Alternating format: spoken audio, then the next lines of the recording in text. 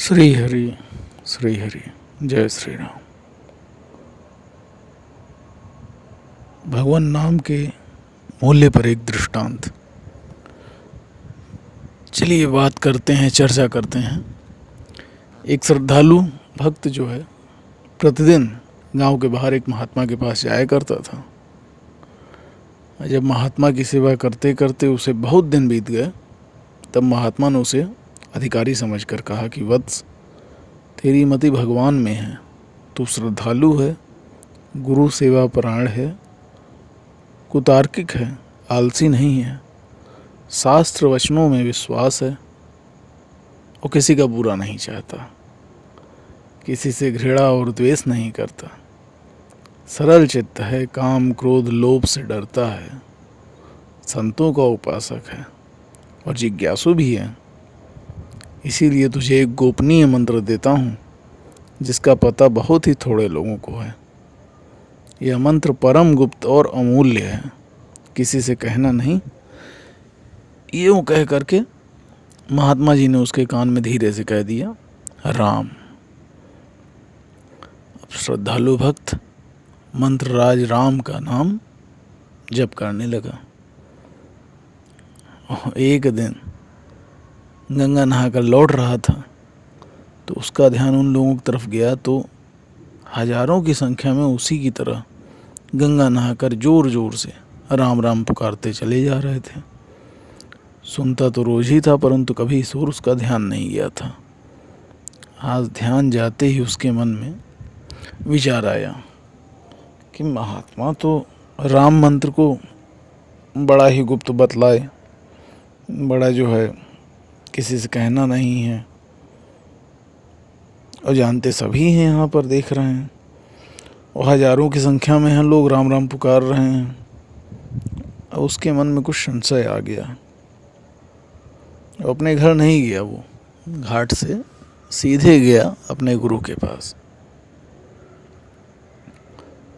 अब गुरु जी ने कहा कि आज इस समय कैसे आ गया। अपना संशय बताया। प्रभु, मेरे समझने में भ्रम हुआ है या इसका कोई और जो है अर्थ है और कोई मतलब है। अपनी दिव्य वाणी से मेरा संदेह दूर करने की कृपा कीजिए।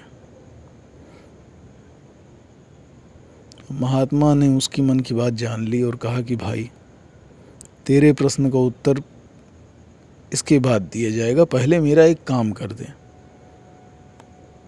और गुरु जी ने झोली में से एक चमकती हुई कांच की सी गोली निकाली और उसे भक्त के हाथ में देकर कहा कि बाजार में जाकर इसकी कीमत करवा के लौटा। बेचना नहीं, सिर्फ कीमत जाननी है। और सावधान, कीमत आंकने में भूल न करना। अब भक्त तो बहुत ही श्रद्धालु था ही। अब आजकल का कोई सा होता तो आड़े हाथों लेता, पहले गुरु महाराज, मैं तुम्हारे कांच के टुकड़े की कीमत जचवाने नहीं आया हूँ, तुम्हारा कोई गुलाम नहीं हूँ। पहले मेरे प्रश्न का उत्तर दो, नहीं तो मेरे साथ छल करने का अपराध तुम पर कोर्ट में हम देखते हैं। और वह समय दूसरा था। भक्त अपना प्रश्न वहीं छोड़ करके, गुरु ने कह दिया, वो काम ले करके निकल पड़ा बाजार में। अब सबसे पहले गया एक सब्जी भाजी बेचने वाली के पास। वो सब्जी बेच रही थी। वो उस चीज़ को दिखलाया और पूछा, इसकी क्या कीमत देगी। सब्जी बेचने वाले ने कहा, पत्थर की चमक और सुंदरता देखकर सोचा कि बच्चों के खेलने के लिए कांच की बड़ी सुंदर गोली है, बाजार में कहीं ऐसी नहीं मिल पाएगी। उसने कहा, सेर दो सेर, आलू या बैगन ले लो। वो आगे बढ़ गया। अब एक सुनार की दुकान आई, वहाँ चला गया और सुनार को गोली दिखाकर पूछा, भैया क्या कीमत है इसकी। सुनार ने हाथ में लेकर के देखा और उसे अच्छा पुखराज नकली हीरा समझकर 100 रुपये देने को कहा। भक्त की भी दिलचस्पी बढ़ गई। अब वो भी सोच रहा है कि कुछ बढ़िया है, लग रहा है, और आगे बढ़ा। अब एक महाजन के यहाँ गया महाजन ने गोली देखी और मन में विचार किया कि इतना बड़ा और ऐसा अच्छा हीरा जगत में कहाँ ऐसा होगा। है तो पुखराज ही, परंतु हीरा सा लगता है। बड़े घर में नकली भी असली ही समझा जाता है। उसने 1000 रुपये में सौदा तय कर दिया। अब भक्त ने सोचा, हो न हो, है तो बड़ी मूल्यवान वस्तु। आगे बढ़ गया और जौहरी की दुकान पे गया। अब देखिए, जौहरी ने परीक्षा की तो उसे हीरा ही मालूम दिया, परंतु इतना बड़ा और ऐसा हीरा उसने कभी नहीं देखा था अपने जीवन में। इसीलिए उसे कुछ संदेह हुआ। उसने 1 लाख रुपए कहा कि देना जो है बनता है। अब भक्त ने कहा कि भैया बेचना नहीं है, और कहकर एक सबसे बड़े जौहरी की दुकान पर गया। मतलब अब छोटे जौहरी, छोटा सुनार अब एक होता नहीं है हर शहर में, एकदम क्लासिफाइड टाइप में। अब वहाँ पहुँच गया। गुरु के पास से आया था, तब तो उसे जौहरियों के पास जाने का साहस ही नहीं था। वो स्वयं उसे मामूली कांच समझता था, परंतु ज्यों-ज्यों कीमत बढ़ती गई त्यों-त्यों उसका साहस भी देखिए बढ़ता गया, और बड़े से बड़े जौहरी के यहाँ जा रहा है। अब बड़े जौहरी ने हीरा देखकर कहा कि भाई, यह तो अमूल्य है।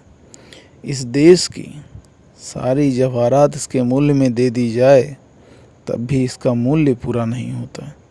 इसे बेचना नहीं। यह सुनकर भक्त ने विचार किया, अब तो सीमा हो चुकी, अब तो लिमिट क्रॉस हो चुकी। अब वो लौट कर तुरंत गया अपने गुरु के पास, महात्मा के पास गया और बोला, महाराज, इसकी कोई कीमत दे ही नहीं सकता, ये अमूल्य वस्तु है। गुरु ने पूछा कि तुमको यह किसने बताया? भक्त ने कहा कि प्रभु, मैंने यहाँ से बाजार में जाकर पहले सब्जी वाली, फिर सुनार, फिर महाजन, फिर जौहरी, और फिर एकदम बढ़िया वाला जौहरी जो नामी जौहरी होता है, हर जगह गया। 100 रुपये, लाख रुपए, और इसके बाद अमूल्य बताते हुए कह दिया कि इस देश की, इस पूरे देश की सारी जवाहरात इसके बदले में दे दी जाए तब भी इसका मूल्य पूरा नहीं हो पाएगा। और महात्मा ने उससे रत्न लिया और अपनी झोली में रख लिया। अब भक्त ने कहा कि अब मेरी शंका निवारण कीजिए। महात्मा ने कहा कि भाई, मैं तो तुझे शंका निवारण के लिए दृष्टांत सहित उपदेश दे चुका, तू अभी नहीं समझा, इसलिए फिर समझाता हूँ।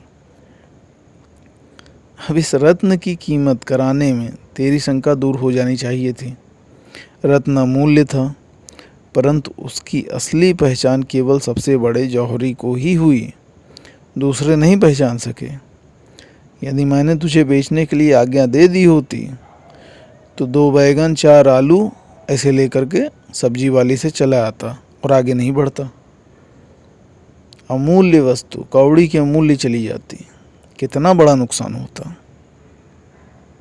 इसी प्रकार श्री राम नाम भी गुप्त और अमूल्य पदार्थ है। इसकी पहचान सबको नहीं है और न इसका मूल्य ही सब कोई जानते हैं। चीज़ अगर हाथ में है तो उसकी पहचान नहीं होती, उसका असलीपन गुप्त ही रहता है। और जब तक असलीपन गुप्त है तो राम नाम के असली महत्व को बहुत ही कम लोग जानते हैं। आप सभी से कहूँगा, जो भी राम नाम का व्यवसाय करते हैं बेचारे बड़े दया के पात्र हैं, क्योंकि वे इस अमूल्य धन राम नाम को कौड़ी के मूल्य पर बेच देते हैं और इसी से परम मूल्यवान रत्न को 2 सेर बैगन आलू में बेच देने वाले मूर्ख के समान वे सदा ही भक्ति और प्रेम में दरिद्र रहते हैं, दरिद्र गरीब रहते हैं। उन्हें पता ही नहीं है क्या कर दिए।